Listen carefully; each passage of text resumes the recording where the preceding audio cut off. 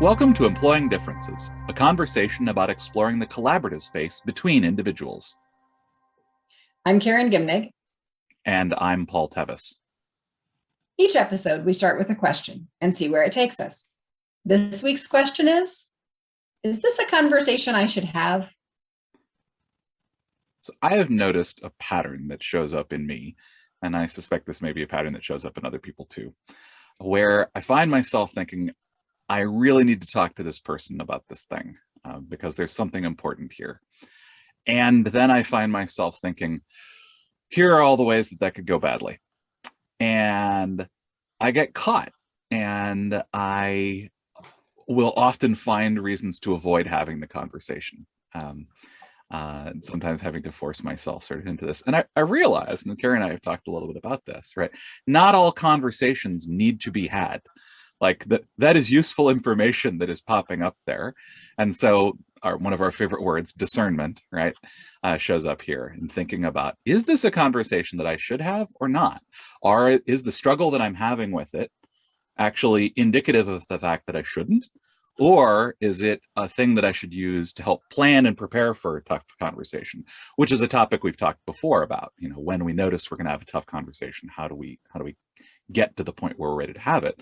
But I think here we're at a step before that of just kind of asking, how do we know when we should have it? Yeah.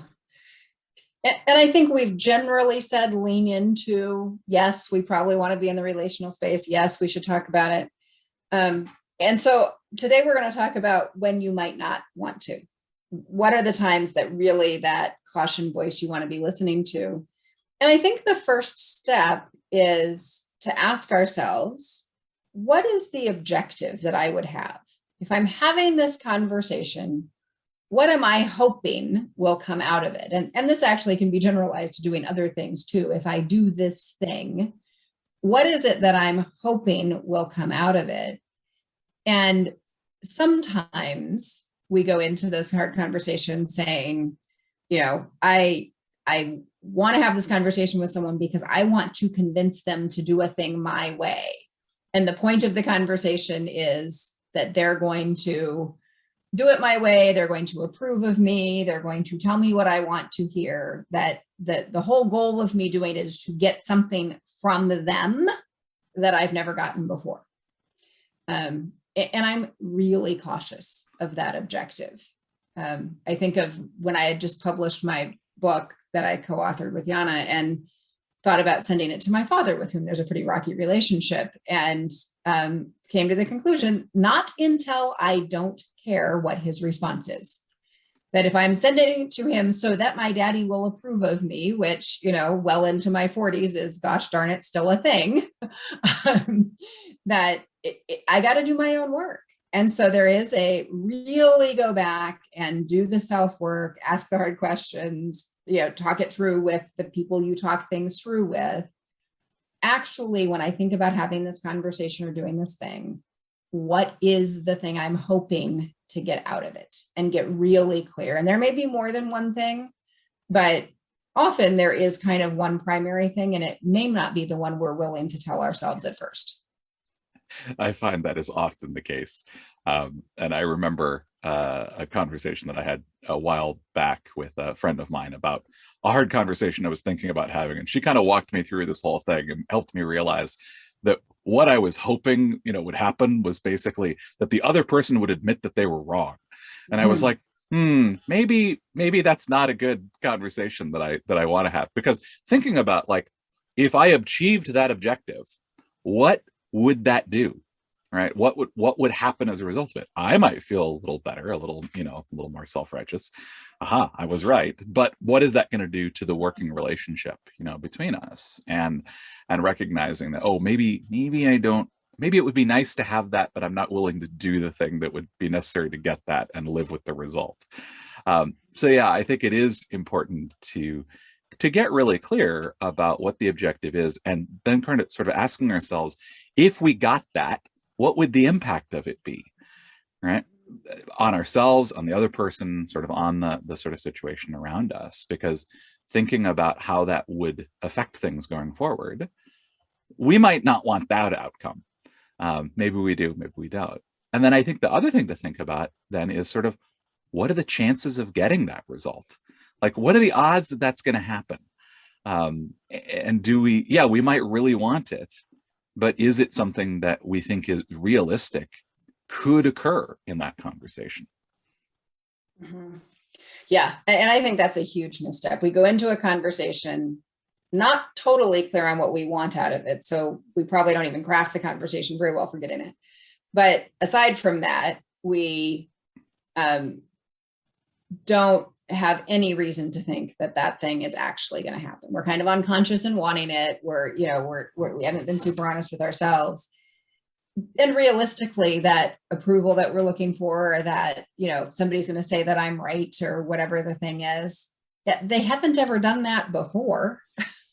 Right? What evidence do I have to suggest that this is a possibility?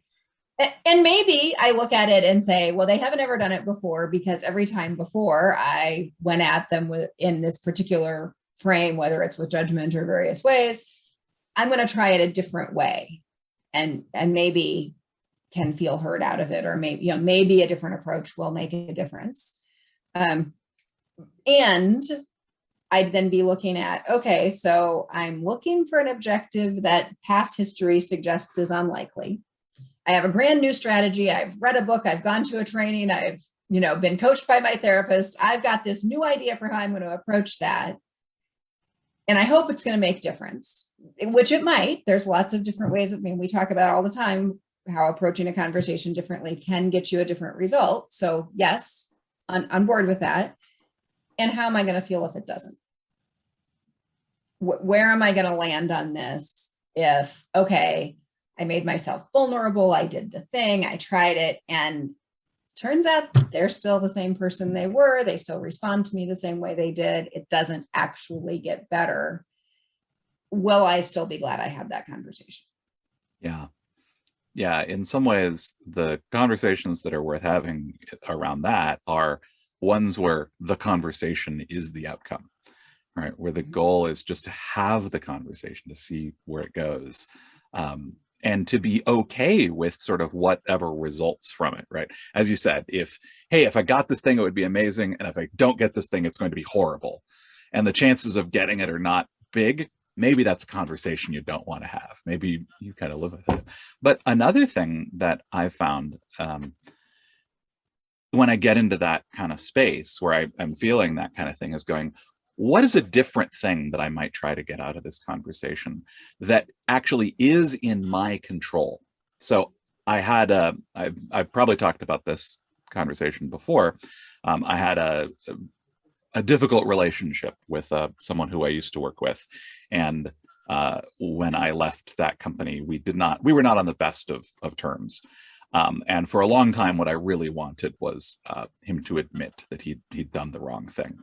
And I sat with that for a while, and then, like 18 months, a while. And eventually came around to, what I really want is to not have the relationship end this way, right? To stay where it is.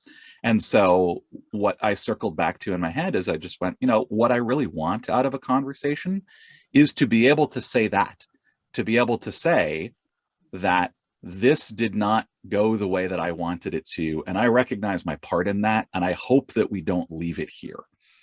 And once I recognized that that was my objective in the conversation, I could do that, because now it has nothing to do with how that lands with him.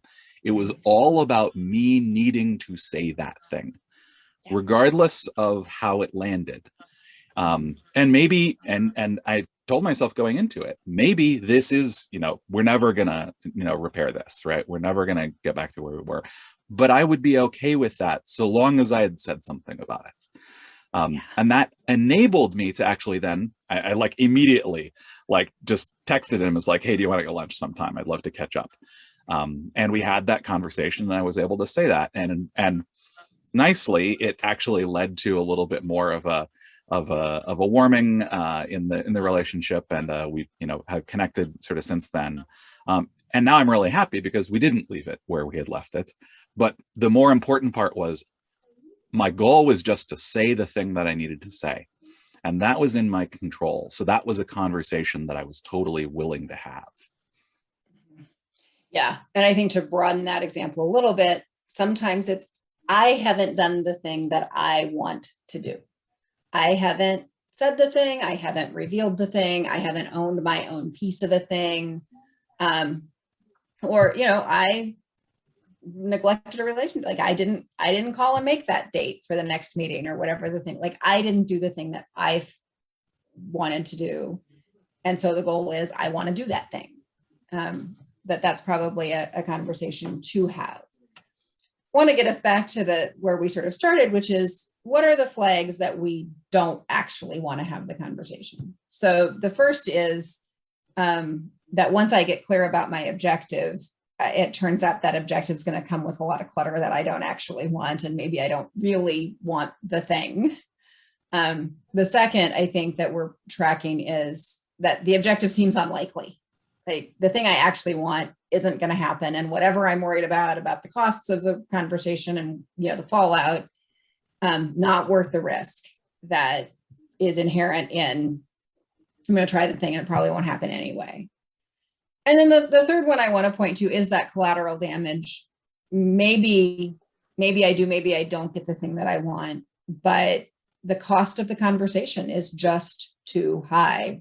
That the conversation itself is, this is a person who, I'm only going to get a certain amount of time with them. This isn't the priority way I want to spend it. This objective is less important than other things I might get out of that same amount of time. Or, it's just going to be a lot of logistics to set it up, or it's a lot of emotional energy for me to get ready for this conversation. And in the end, it's not worth it to me. And to be able to say that to myself, yeah, it would have been better to do that a different way, or there may be a thing that I could gain out of that. But the time and energy and emotional strain that it takes to do that, I'm letting go. It's not the right choice for me. So I think there are a lot of ways to get to, I am really consciously and intelligently making a choice that although this is a conversation that could happen, that might imaginably have an objective I'd like, that might resolve a thing that's been niggling me, you know what? I'm not going to do it. And I'm going to feel good about that. Yeah. Yeah. Well, I think that's going to do it for us for today. Until next time, I'm Paul Tevis.